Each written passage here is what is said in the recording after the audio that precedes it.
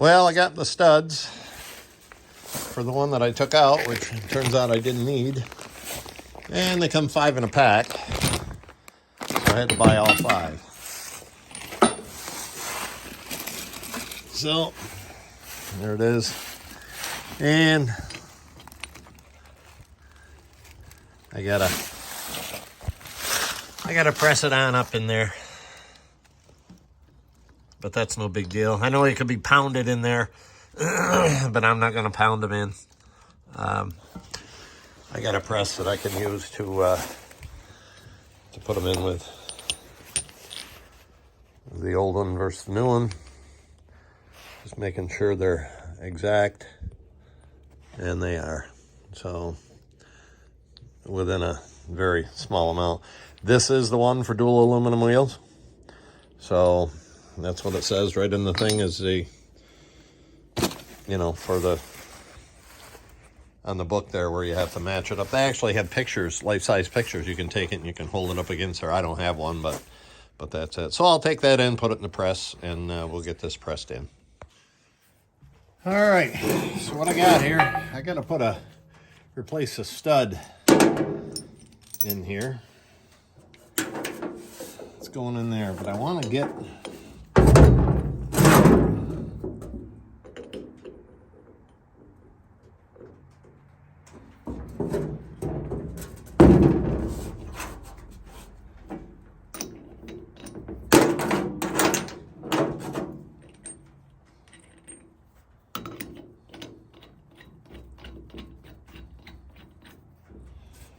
So this is a Bud wheel socket for the outer, and then the square for the inner. I'm going to try it with my cordless impact, because that's got quite a bit of snap to it.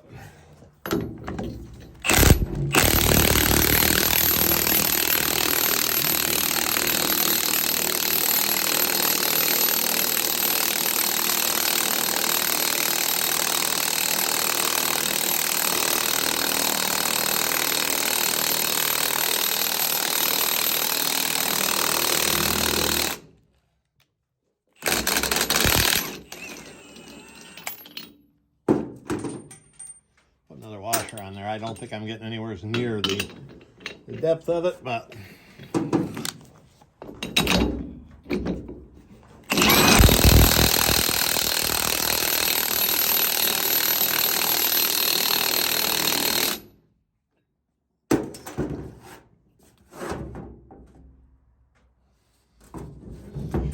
I'll tell you, Milwaukee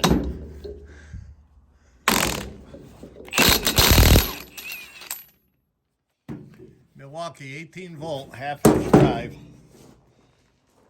is a beast. That thing is a beast.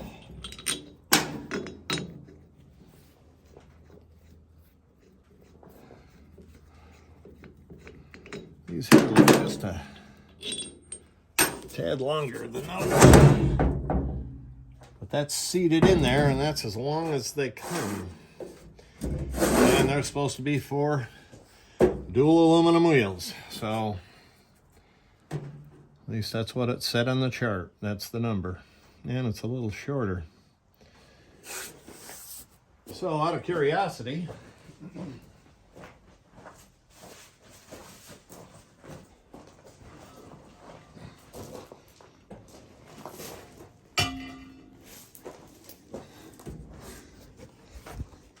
let's see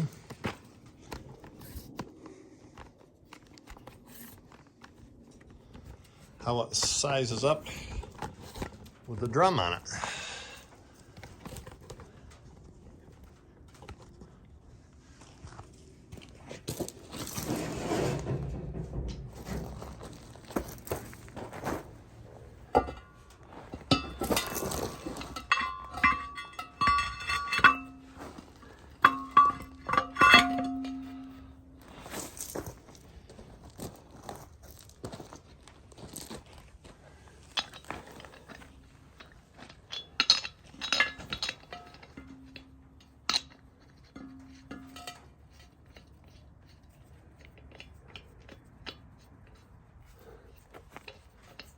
Yeah, that'll work.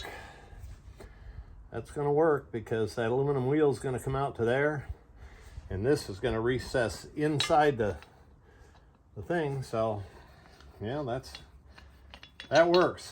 Good.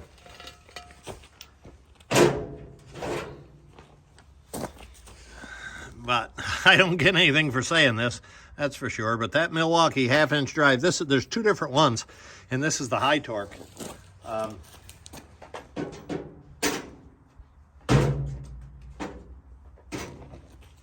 I've peeled lug nuts off a truck with those. As a matter of fact, I took these forklift tires off. The one on the other side was getting soft. I had to have the tube repaired. And I had my impact out here. My 3/4 drive air impact wouldn't touch it. I do have a 1-inch, but I didn't get it out. I put it on that thing, and that peeled them off like they were nothing, like they were already loose. So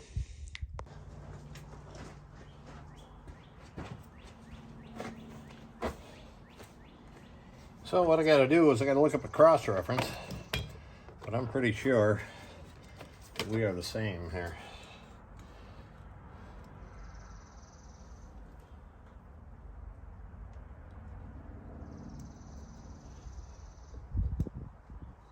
Yep.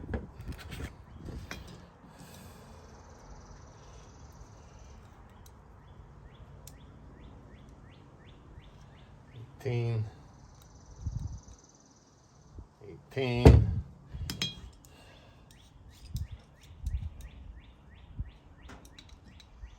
Well, this doesn't quite open up wide enough.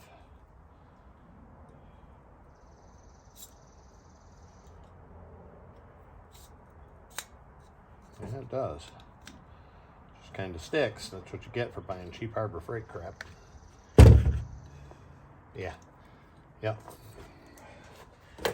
All right, so I'd be willing to bet that this bearing crosses to this one,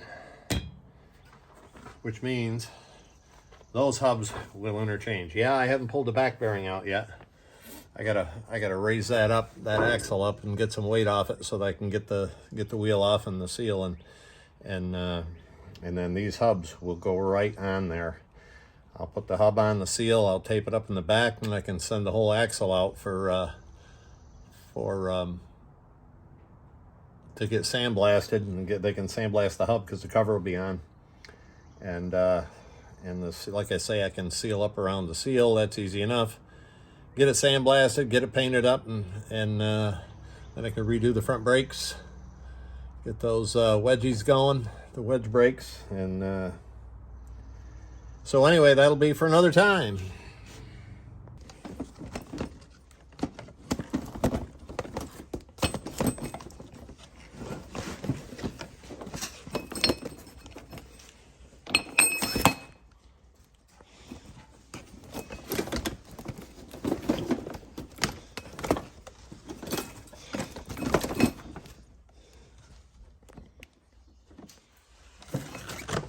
All right, we're gonna press the new race in.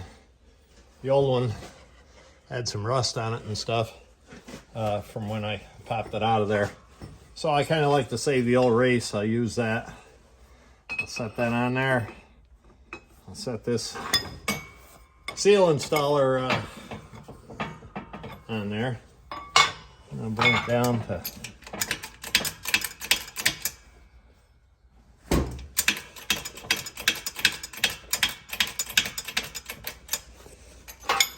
and we'll press it in.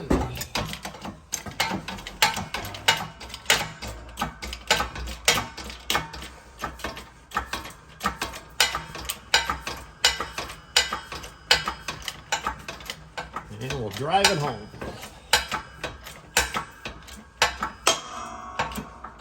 I think that's it.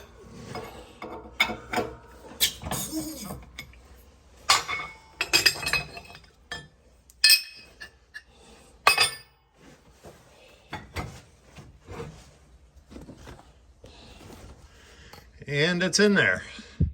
So now I can get the bearings cleaned up, get them packed with grease, get this outer cover on, get the seal in the back, and then this hub is ready for to have the studs put in. I may put it on the axle, and then cover up the seal and seal up around the kingpins and that, and then sandblast, have the whole thing sandblasted so that I can get some decent paint on it. All right, I'm gonna press the studs in here. For those that may know, I'm making a huge mistake right here, which I'll have to correct later.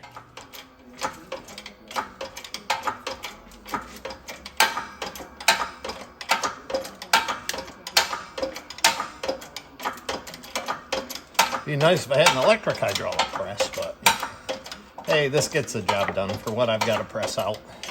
Little Harbor Freight 20-tonner does the job.